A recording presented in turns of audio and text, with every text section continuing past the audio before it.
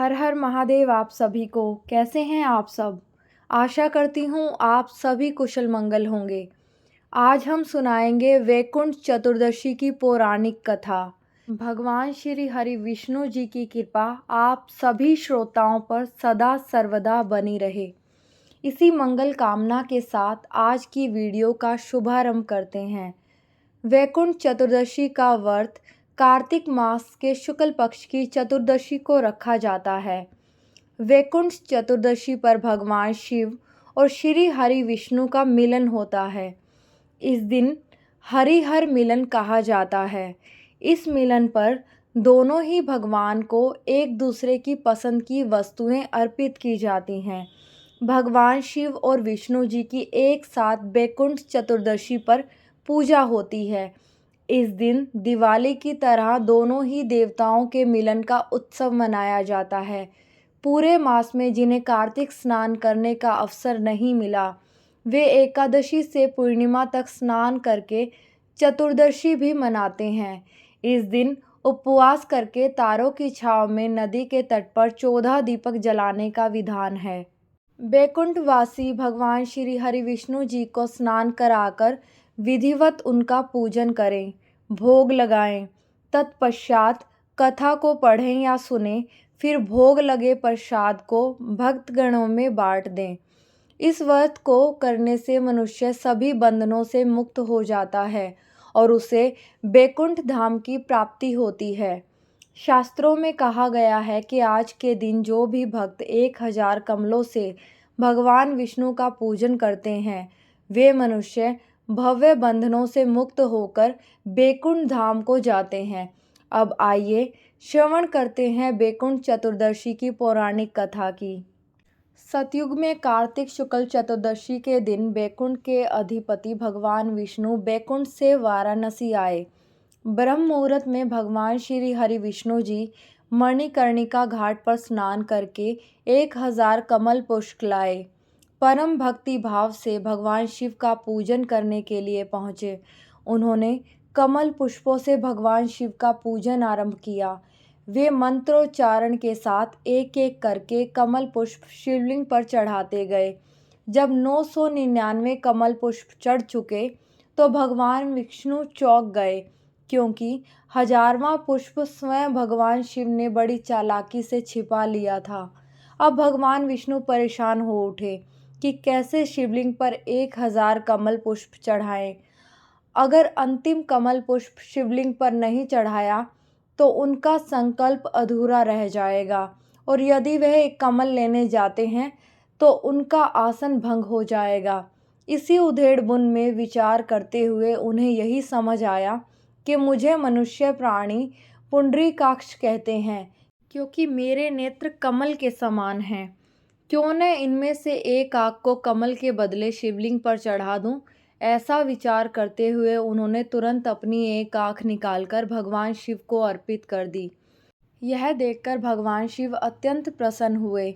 विष्णु जी की इस अगाध भक्ति से प्रसन्न होकर देवाधिदेव महादेव प्रकट होकर बोले, हे विष्णु, तुम्हारे समान संसार में दूसरा कोई मेरा भक्त नहीं। यह कार्तिक शुक्ल चतुर्दशी अब वैकुंठ चतुर्दशी कहलाएगी। आपकी भक्ति से प्रसन्न होकर आज मैं आपको तीनों लोकों का राजा बनाता हूँ। अब इसके पालक आप होंगे। भगवान शिव ने श्री हरि विष्णु जी से कहा, आज मैं आपकी भक्ति से बहुत प्रसन्न हूँ। जो कुछ मांगना चाहते हो वह भी मांग लीजिए। शिव जी की बात सुनकर विष्णु भगवान बोले, आपने मुझे तीनों लोकों की रक्षा करने का आदेश तो दे दिया, लेकिन मैं दैत्यों को कैसे मारूंगा? शिव जी ने कहा, इसके लिए मैं आपको यह सुदर्शन चक्र दे रहा हूँ। इसे ग्रहण करें और इसके द्वारा अत्याचारी दैत्यों का संहार करें। इस तिथि को आपने मुझे कमलों से पूजा है, इसलिए मैं आपको और भी वर प्रदान करना चाहता हूँ। इस प्रकार विष्णु भगवान को वर देकर शिवजी अंतर्ध्यान हो गए। तभी से मनुष्य जीवन से मुक्त होकर वैकुंठ धाम जाने के लिए इस व्रत को करना शुरू कर दिया। वैकुंठ चतुर्दशी की दूसरी कथा। एक बार की बात है, नारद जी पृथ्वीलोक से घूमकर वैकुंठ धाम जा रहे थे। भगवान विष्णु ने आदर पूर्वक उन्हें बिठाया और प्रसन्न होकर उनके आने का कारण पूछा। नारद जी कहते हैं, हे प्रभु, आपने अपना नाम कृपा निधान रखा है। इससे आपके जो प्रिय भक्त हैं वही तर पाते हैं। जो सामान्य नर नारी है वे वंचित रह जाते हैं। इसलिए आप मुझे कोई ऐसा सरल मार्ग बताइए जिससे सामान्य भक्त आपकी भक्ति कर मुक्ति पा सके। नारद जी की बात सुनकर भगवान विष्णु बोले, हे नारद, मेरी बात ध्यानपूर्वक सुनो। कार्तिक शुक्ल चतुर्दशी को जो नर नारी व्रत का पान करेगा और श्रद्धा भक्ति से मेरी पूजा अर्चना करेगा, उनके लिए स्वर्ग के द्वार साक्षात खुले होंगे। इसके बाद विष्णु जी अपने बैकुंठ के द्वारपाल जय और विजय को बुलाते हैं और उन्हें कार्तिक चतुर्दशी को बैकुंठ के द्वार खुले रखने का आदेश देते हैं। भगवान विष्णु कहते हैं, इस दिन जो भी भक्त मेरा थोड़ा सा भी नाम लेकर पूजन करेगा वह वैकुंठ धाम को प्राप्त करेगा।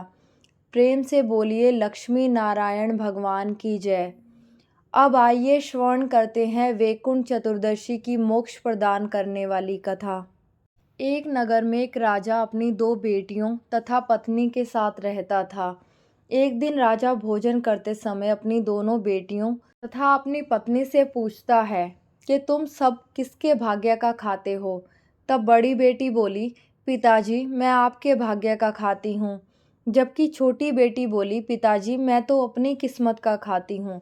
तब राजा ने क्रोध करते हुए अपनी पत्नी की तरफ देखा तो पत्नी ने भी डरते डरते कहा, स्वामी, मैं तो आपकी किस्मत का खाती हूँ। यह सुनकर राजा को बहुत क्रोध आया और उसने कहा कि मैं पूरी नगरी को खिलाता हूँ, तुम सबके लिए इतनी मेहनत करता हूँ, रोज़ तुम्हें अच्छा अच्छा भोजन खिलाता हूँ, नए नए वस्त्र और आभूषण पहनने के लिए मंगवाता हूँ, परंतु हमारी छोटी बेटी कहती है वह अपनी किस्मत का खाती है। तब गुस्से में आकर राजा ने अपने मंत्रियों को आदेश दिया कि जाओ, 2 लड़के ढूंढ कर लाओ। मेरी बड़ी बेटी के लिए राज दरबार के राजा का पुत्र ढूंढो और छोटी बेटी के लिए गरीब लड़का ढूंढो। जिस समय राजा यह बात बोल रहा था, वहाँ दरबार में सभी मंत्री, पहरेदार, चौकीदार सब मौजूद थे। तब सभी मंत्रियों को राजा की बात पर बड़ी हैरानी हुई, लेकिन किसी में इतनी हिम्मत नहीं थी कि वह पलटकर राजा से पूछे कि महाराज, आप अपनी दोनों बेटियों के साथ भेदभाव क्यों कर रहे हैं।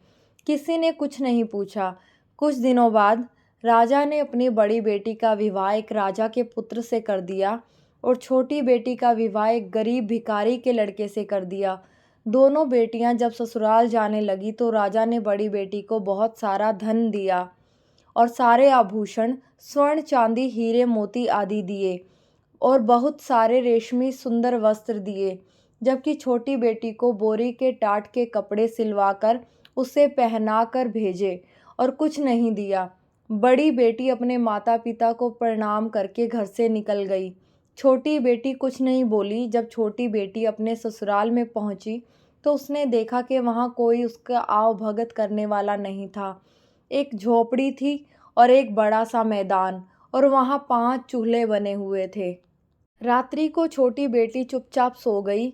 सुबह जब वह सोकर उठी तो उसने अपने जेठ जी से पूछा, ये 5 चूल्हे यहाँ पर क्यों हैं। तब बड़े जेठ ने कहा कि वह हम 5 भाइयों के 5 चूल्हे हैं। राजा की छोटी बेटी ने कहा, ठीक है, लेकिन आप सब झोली लेकर कहाँ जा रहे हैं। जेठ थोड़ा समझदार था। उसने कहा कि बहू, हम सब तो भिखारी हैं, इसलिए हम सब तो भीख मांगने जा रहे हैं। जेठ ने कहा, बहू, तुम तो बहुत पैसे वाले राजा की बेटी हो।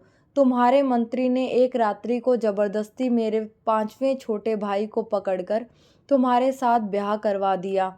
तब बहू बोली कि जेठ जी, आपकी कोई गलती नहीं है, सबको अपनी किस्मत का मिलता है। मेरी किस्मत में जो था वह मुझे मिल गया। इसके बाद 5 भाई भीख मांगने के लिए चले गए। पीछे से बहू ने पूरे घर की साफ सफाई की, आंगन को लीपा। इसके बाद बड़े जेठ के चूल्हे को छोड़कर सभी के चूल्हे वहाँ से हटा दिए। शाम को जब 5 भाई आए और घर को साफ सुथरा देखा तथा 4 चूल्हे हटे हुए देखे तो 4 छोटे भाइयों को बहुत क्रोध आया। उन्होंने कहा, हमारे चूल्हे कहाँ गए? तब नई बहू बोली कि आज से हम एक ही चूल्हे पर भोजन बनाएंगे। मैं खाना बनाऊंगी और आप सब खाएंगे। यह सुनकर सबको बहुत अच्छा लगा। तब बहू ने कहा कि पहले आप सब नदी पर जाकर नहा धो लें, उसके बाद आते समय ठाकुर जी के मंदिर में दर्शन करके आना। यह सुनकर छोटे चारों भाइयों को बड़ा क्रोध आया, लेकिन जेठ थोड़ा समझदार था। उसने कहा, जैसा बहू कह रही है हम सब वैसा ही करेंगे। आज से पहले कभी भी पांचों भाई नहाए नहीं हैं। चारों भाइयों ने नहाने के लिए मना किया, लेकिन बड़ा भाई समझदार था। उसने सबको नहाने के लिए मनाया और सभी तालाब पर नहाने के लिए चले गए और आते समय ठाकुर जी के मंदिर में पूजा पाठ करने गए। लेकिन कभी उन्होंने कोई पूजा नहीं करी थी, इसलिए वह चुपचाप भगवान के आगे हाथ जोड़कर बैठे और घर वापस आ गए। तत्पश्चात पांचों भाइयों ने भोजन किया। इतना स्वादिष्ट भोजन उन्होंने आज से पहले कभी नहीं किया था। भोजन करने के बाद चारों भाई झोपड़ी के बाहर सो गए और नई बहू अपने पति के साथ झोपड़ी के अंदर सो गई। सुबह जब वह सोकर उठी तो वापस वह पांचों भाई झोली उठाकर भीख मांगने के लिए जाने लगे। तब नई बहू ने कहा कि आज से आप लोग भीख नहीं मांगेंगे, मेहनत मजदूरी करेंगे। तब उसके जेठ ने कहा कि बहू, हमें कमाना नहीं आता। तब नई बहू ने कहा, जो भी काम मिले आपको वही करना, लेकिन भीख मत मांगना। फिर से चार छोटे भाइयों को बहू की बात पर क्रोध आया, लेकिन बड़े भाई ने फिर से वही बात कही कि जैसा बहू कह रही है हम वैसा ही करेंगे। कमाने के इरादे से घर से निकल गए। चार छोटे भाई को कोई ना कोई काम मिल गया। किसी को बोरियां उठाने का काम मिल गया, किसी को कूली का काम मिल गया, लेकिन बड़े जेठ को कोई काम नहीं मिला।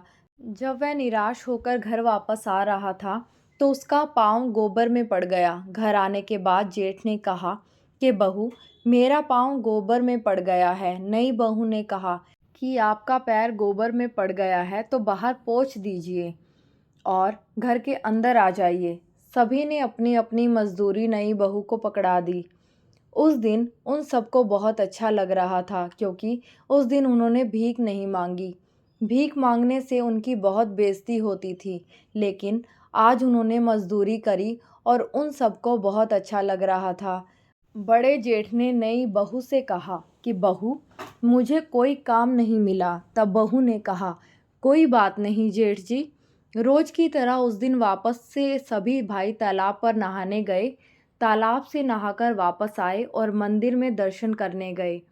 घर पर बहू ने स्वादिष्ट भोजन बनाया और सबने गर्मा गर्म स्वादिष्ट भोजन खाया। उसके बाद सो गए। दूसरे दिन वापस वह कमाने के लिए निकल गए।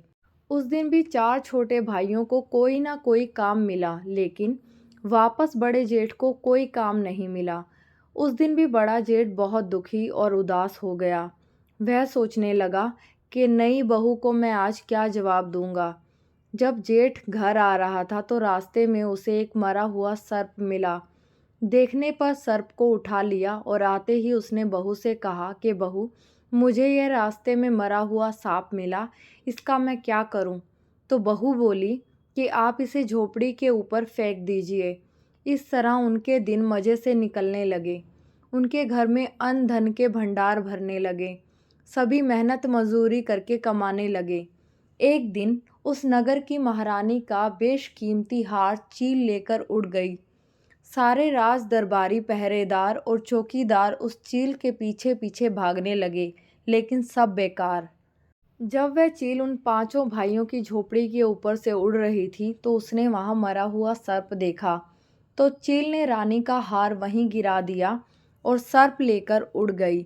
उधर राजा ने नगर में ढिंडोरा पिटवा दिया कि जिसे भी रानी का वह बेशकीमती हार मिले वह लाकर राजमहल के राज दरबार में जमा करवा दे और वह मुंह मांगा इनाम ले जाए। शाम को सभी भाई मेहनत मजदूरी करके वापस झोपड़ी में आए तो बड़े जेठ की नज़र झोपड़ी के ऊपर चमकती हुई चीज़ पर पड़ी। बड़े जेठ ने चमकती हुई चीज़ को उतार कर देखा तो वह बेशकीमती हार निकला।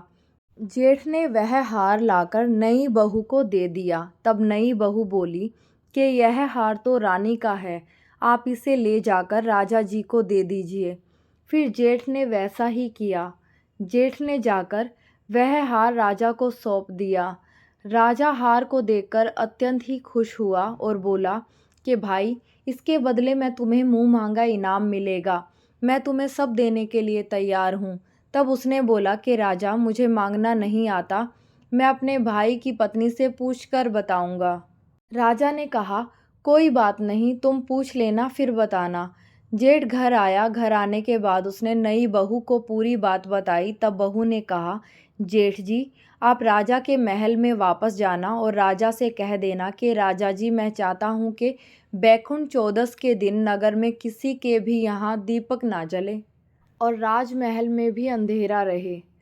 तब जेठ वापस राजमहल में गया। राजमहल में जाकर उसने राजा से कहा कि राजा जी, मुझे कोई इनाम नहीं चाहिए, बस आप बैकुंठ चौदस अर्थात बैकुंठ चतुर्दशी के दिन नगर में यह ढिंडोरा पिटवा दीजिए कि कोई भी नगरवासी दीपक ना जलाए, यहाँ तक कि राजमहल में भी दीपक ना जले। बैकुंठ चौदस के दिन पूरी नगरी में अंधेरा रहे।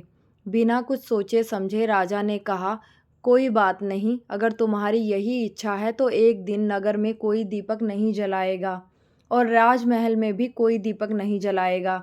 राजा ने पूरी नगरी में यह ढिंडोरा पिटवा दिया कि पूरी नगरी में बैकुंठ चौदस के दिन कोई भी दीपक ना जलाए। दूसरे दिन बैकुंठ चौदस की रात्रि को किसी ने भी दीपक नहीं जलाया, यहाँ तक कि राजमहल में भी दीपक नहीं जला। लेकिन पांचों भाइयों की झोपड़ी में नई बहू ने चारों तरफ दीपक जलाए, कहीं पर भी अंधेरा नहीं छोड़ा। माता लक्ष्मी के पग बनाए और एक थाल तैयार करके वह बैठ गई।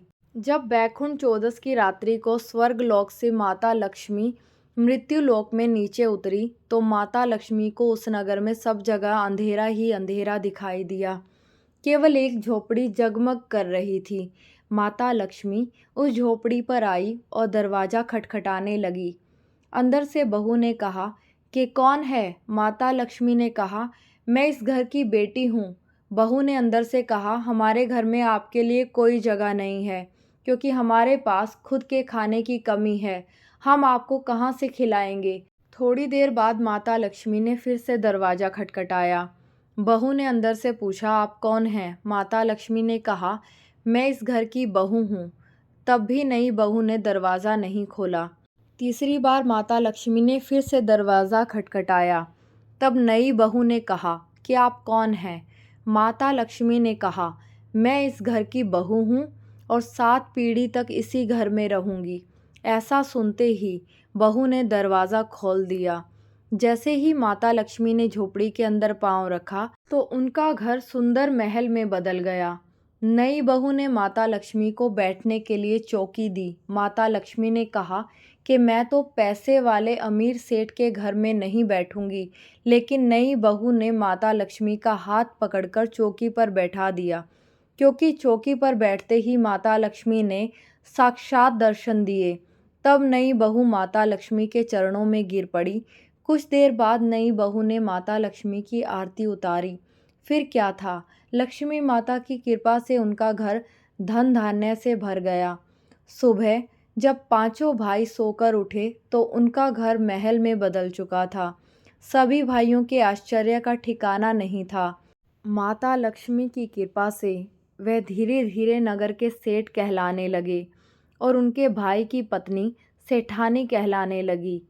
सब तरफ उनका कारोबार फैल गया। हर जगह उनकी चर्चाएं होने लगी। वे पांचों भाई केसर कस्तूरी का व्यापार करने लगे। उनका घर धन्य धान्य से भर गया। लक्ष्मी माता की ऐसी कृपा हुई कि उन पांचों भाइयों के पास नौकर चाकर हाथी घोड़े सब हो गए। बड़ी बहन के घर में सब कुछ ठप हो गया। कारोबार में घाटा लग गया। उसके यहाँ एक समय की रोटी के भी लाले पड़ गए। उन्हें अपना सब कुछ बेचना पड़ा। बड़ी बहू के सास ससुर ने अपनी बहू से कहा कि तुम तो कलंकनी हो, तुम्हारे आते ही हम बर्बाद हो गए, और उन्होंने अपनी बहू को घर से निकाल दिया। बड़ी बहू अर्थात राजा की बड़ी बेटी रोती हुई अपने पिता के घर आई। अपनी प्यारी लाडली बेटी की ऐसी हालत जब राजा ने देखी तो राजा बहुत दुखी हुए। और राजा ने अपनी बड़ी बेटी से सारा हाल पूछा। बड़ी बेटी ने रोते रोते अपना सारा हाल अपने पिता को सुनाया। तब राजा ने मन ही मन सोचा कि मैं अपनी बड़ी बेटी के लिए इतना देखभाल करके घर वर ढूंढा, इसकी ऐसी हालत हो गई तो छोटी बेटी की क्या हालत होगी, पता नहीं वह जिंदा भी होगी या नहीं। अपनी छोटी बेटी की गांव में उसका हालचाल पता करने के लिए राजा निकल पड़े। तब राजा ने एक व्यापारी का वेश बनाया और केसर कस्तूरी बेचने के लिए अपनी छोटी बेटी के गांव में पहुंच गए। गांव में पहुंचते ही राजा ने जोर जोर से आवाज़ लगाई, केसर कस्तूरी ले लो, कोई केसर कस्तूरी ले लो। करते करते सुबह से दोपहर हो गई। तभी जिस गली में राजा ने आवाज़ लगाई, उसी गली में उसकी छोटी बेटी का हवेली नुमा मकान था। बेटी ने अपने पिता की आवाज़ पहचान ली। उसने ऊपर झरोके से झांक कर देखा तो राजा को देखकर पहचान गई, यह तो सच में हमारे पिताजी हैं। तब उसने अपने नौकरों से कहा कि बाहर जो आदमी केसर कस्तूरी बेच रहा है उनकी केसर कस्तूरी को मुँह मांगे दामों में खरीद लो और उन्हें आदर से बुलाकर अंदर लेकर जाओ तथा उनके लिए भोजन पानी की व्यवस्था करो। उन सब ने वैसा ही किया। बहुत अच्छी कीमत पर केसर कस्तूरी खरीद ली और उन्हें भोजन के लिए आसन लगाकर बैठाया। नए नए पकवान उनके खाने के लिए परोसे गए। बीच बीच में छोटी बेटी नए नए कपड़े पहनकर, अच्छे अच्छे आभूषण पहनकर और लंबा घूंघट निकालकर उनको परोसने लगी। राजा ने मन में सोचा कि उनके यहाँ बहुत सारी नौकरानियाँ हैं। उनके पिता हंसते हुए बोले कि बेटी, क्या तुम यहाँ नौकरानी का काम करती हो? तब बेटी बोली, नहीं पिताजी, यह मेरा घर है, मैं तो यहाँ की सेठानी हूँ। राजा ने कहा, अच्छा तू सेठानी है, लेकिन तूने तो वही फटे पुराने कपड़े पहन रखे हैं, वही बोरी के टाट वाले कपड़े पहन रखे हैं। मैंने तुझे विदा किया था। तब बेटी बोली, नहीं पिताजी, बार बार जो अलग अलग नए नए कपड़े पहनकर आपको खाना परोसने आ रही थी वह मैं ही थी, और अब मैं जो आपके पास बोरी के टाट वाले कपड़े पहनकर आई हूँ यह भी मैं ही हूँ। छोटी बेटी ने कहा, पिताजी, मैं आज आपको बताना चाहती हूँ कि सब अपने भाग्य का ही खाते हैं। यह मेरी किस्मत है जो आज मैं इस नगर की सेठानी हूँ, और यह आपकी किस्मत है कि आज आप केसर कस्तूरी बेच रहे हैं। इसलिए पिताजी, आज के बाद कोई किसी को यह न कहे कि वह एक दूसरे की किस्मत का खाता है। यह सुनते ही उसके पिताजी का सिर नीचा हो गया और उसने कहा, बेटी तू जीती, मैं हारा। उसके पिता ने हार स्वीकार कर ली। बेटी ने कहा कि पिताजी, आप हमसे हमेशा बड़े थे और बड़े ही रहेंगे। मैं तो सिर्फ आपको इतना बताना चाहती हूँ कि सभी मनुष्य अपनी किस्मत का ही खाते हैं, कोई किसी की किस्मत का नहीं खाता। इस तरह आज मैंने आपको बैकुंठ चौदस के एक पुरानी कहानी सुनाई। आशा करती हूँ यह कहानी आपको ज़रूर पसंद आई होगी। जय श्री महादेव, जय श्री कृष्णा, राधे राधे। अगर वीडियो पसंद आई तो हमारे चैनल को सब्सक्राइब करें। धन्यवाद।